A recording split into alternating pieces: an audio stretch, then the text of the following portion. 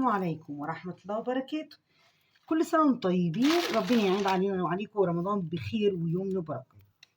قشر الاستفندي كنز في بيتك، اوعي ترميه في التلاجة، جففيه وفي الخلاط هتضربيه، وفي رمضان أحلى تنك هتشربيه.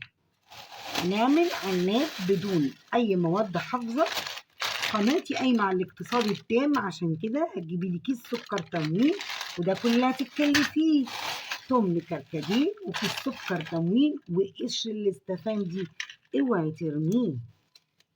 هسيب لك اللينك في اول تعليق. الرسمي للمشروب السنه دي، كل سنه وانتم طيبين، رمضان كريم، ربنا يعيد علينا بخير وعليكم وعلى الامه الاسلاميه كلها بخير ويوم وبركات. الراعي الرسمي للمشروب السنه دي في رمضان اللي على الشمال دوت، اللي هو الاصفر باللون الاصفر ده، تانك من قشر اليوسفي وحصري على قناتي. والتاني بودر العناب كركديه، حولناه العناب بدون مواد حافظه، بدون اي مواد حافظه يا جماعه، وبدون اي مواد صناعيه ولا الوان صناعيه. هسيب لك اللينك في اول تعليق. المشروب الرسمي لرمضان السنه دي من حاجه كلنا بنرميها، هسيب لك اللينك في اول تعليق حصري عندي في قناتي. تانك اليوسفي من قشر الاستفندي اللي احنا بنرميه، هسيب لك اللينك في اول تعليق. الكميه دي كلها من ده كده عناب من 8 كيلو كركديه، عملنا حوالي كيلو الا ربع عناب، ومن قشر استفندي عملنا حوالي كيلو الا ربع قشر. مشروب يوسفي، تانك يوسفي، حصري في قناه. السلام عليكم ورحمه الله وبركاته. عاملين ايه يا حبايبي؟ كل سنه وانتم طيبين. زي ما شفتوا كده في اول الفيديو، كان معايا تمن كركديه، انا ضربته في الخلاط وطحنته وبقى منه جزء كده. بسم الله والصلاة والسلام على رسول الله. اللهم صل وسلم وبارك على سيدنا محمد في الأولين والآخرين، وصلي وسلم وبارك على سيدنا محمد في كل وقت وحين، وصلي وسلم وبارك على سيدنا محمد في الملأ الأعلى إلى يوم الدين. أنا كل سنة وانتم طيبين. هنعمل مشروبين من مواد طبيعية، من غير مواد حافظة ومن غير مواد تبقى مضرة على صحتنا وصحة ولادنا.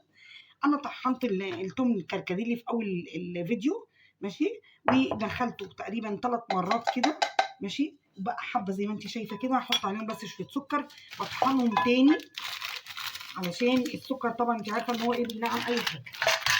هطحنهم بس كده وهضيفهم على اللي انا على اللي انا طحنته.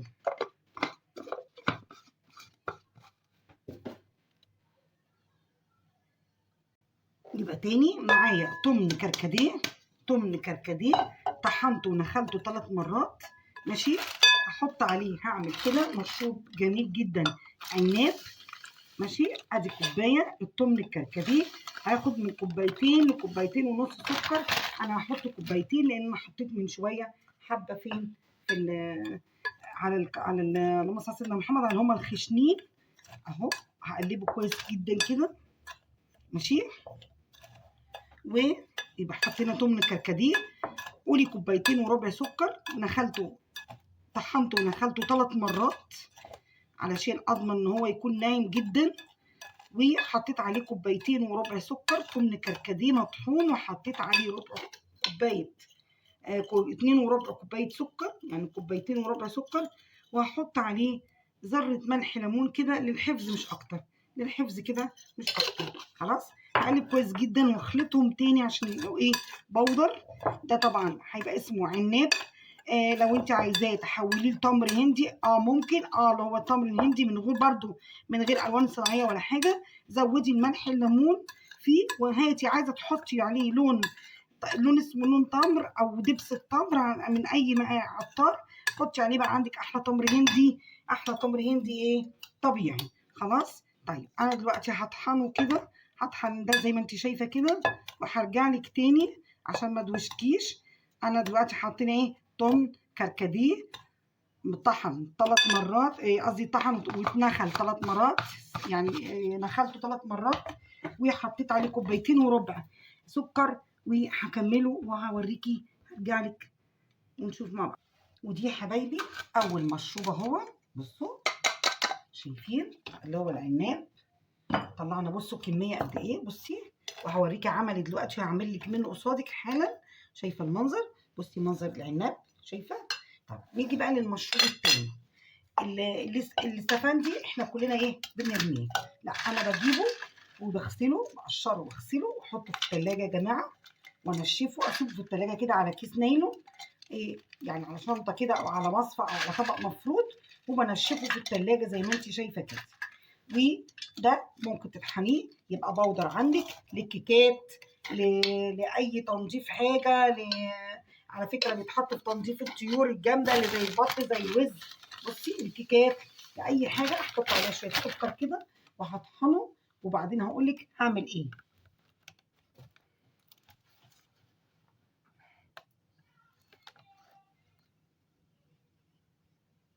ودلوقتي يا حبايبي اخر حبه من قشر الاستفندي اهم، شايفين؟ حبيت ان انا ايه بس اوريهم لكم كده. الكميه اللي انا استخدمتها دي كلها، دي استخدمت عليها كوبايه سكر، هحط عليها كوبايه دلوقتي تاني واطحنه تاني. بصي انت ممكن الاستفندي قشره ده تستخدميه كده بودر للكيكات، لتنظيف الطيور زي ما قلت لك، للكريم كراميل بيديه طعم رائع رائع في الكريم كراميل. اهو كده، ده كده اهوت خلاص كده صفيته او نخلته ماشي. استخدمت في الكميه دي كده اهوت كوبايه سكر، هحط عليهم كوبايه كمان اهي، كوبايه سكر كمان عشان هطحنه تاني. يبقى انا بصي يعني كل اللي استخدمته كيلو الا ربع سكر على الايه، على المشروبين دول عشان اعزز الطعم. طبعا اللهم صل على سيدنا محمد، اللهم صل وسلم وبارك على سيدنا محمد. الاستفندي طعمه قوي جدا، لكن ممكن لونه ما يدينيش اللون الايه القوي قوي، فاحط له واحده فروتي من دي كده عشان يديني بس اللون، واحطه برده للحفظ. شايفين قد ايه معلقه الجيلاتي؟ ادي واحده، حاجات بسيطه قوي كده اهي، واحده معلقه جيلاتي ملح ليمون. يبقى حطينا كل المجموع كله حوالي هنا كوبايتين سكر ومعلقه جيلاتي ملح ليمون وواحد فروته، هقلبه كده وهطحنه، وهنيجي اوريهولك مع بعضينا تاني ونشوفه عملي بقى، نحطه في الكوبايات ونشوفه عملي. حبايبي دي اخر كميه، انت واخده بالك من الكميه قد ايه؟ الكميه دي مع بقيه المشروبات في رمضان هتقضيكي ان شاء الله الشهر كله. وهنعمل مع بعض دلوقتي عملي اهو، عملي شايفه اهي، معلقه واحده كده مع الميه بتاعتنا. بسم الله.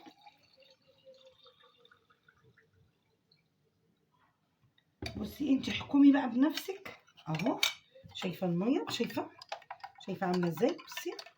بصي المنظر، بصي حاجه جميله من غير مواد حافظه، حاجه نظيفه، حاجه مضمونه. شايفه؟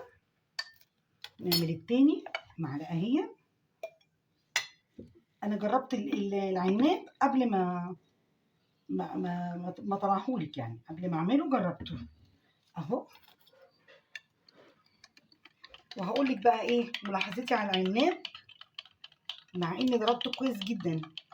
العناب عايز يتصفى، بس انت دلوقتي بنتكلم في حاجه نظيفه، حاجه جميله، حاجه تقعد معانا، حاجه جميله، وسكره مظبوط قوي يا جماعه. بالنسبه لي انا سكره مظبوط جدا جدا. اما دوق بقى ده كده، بسم الله. بسم الله الرحمن الرحيم. لا استفندي عايز يوسفي عايز سكر تاني، انا هزوده كوبايه سكر كمان. هو كان عايز سكر تاني، اليوسفي عايز سكر تاني او جايز عايز يتقلب بقى اهو. شوف كده، بسم الله.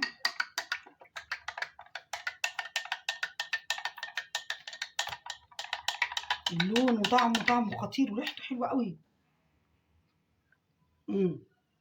انا حطيت معلقه كمان. جميل جميل يا جماعه، جميل جميل جميل. يبقى اليوسفي عايز برده سكر تاني، عايز مثلا كوبايه سكر كمان، هزوده دلوقتي كوبايه سكر. وعندك هنا اللهم صل على محمد، العناب عايز يتصفى، يعني بعد ما تعمليه بصي هو عايز يتصفى يبقى احلى. هجيب كوبايه برده كده واصفيه فيها، نشوف الدنيا فيها ايه مع بعضينا كده. هاخد دي كده اصفيها، بسم الله.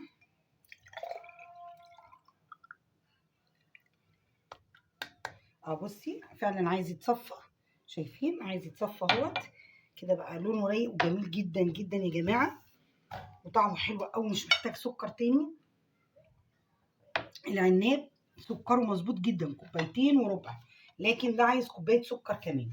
المهم ان احنا عملنا مشروبات رمضان بكميه وفيره جدا من حاجات بتترمي. لو عجبك الفيديو متنسيش اللايك والشير عشان اوصلك كل ما هو مفيد وجديد وعلى قد الايد، وهسيب لك اللينك مع اول تعليق. حبيبي انا ضفت المقطع دوت لاني مسكت العصيرين ضربتهم تاني، حتى باينين قوي ان هم بقوا بودر، وباين قوي بوضوح الكركديه اللي هو العناب اهو حولناه عناب. وضربت برضو القشر اليوسفي مع السكر مع ملح ليمون، ضربتهم تاني في الخلاط كويس جدا عشان ما يحتاجوش يتصفوا تاني، لان انا لما عملتهم قصاد تجربه عمليه كانوا محتاجين يتصفوا، فضربتهم لحد ما بقوا بودر قوي قوي قوي. وبألف هنا وشفا على اللي يجرب واللي يدوق.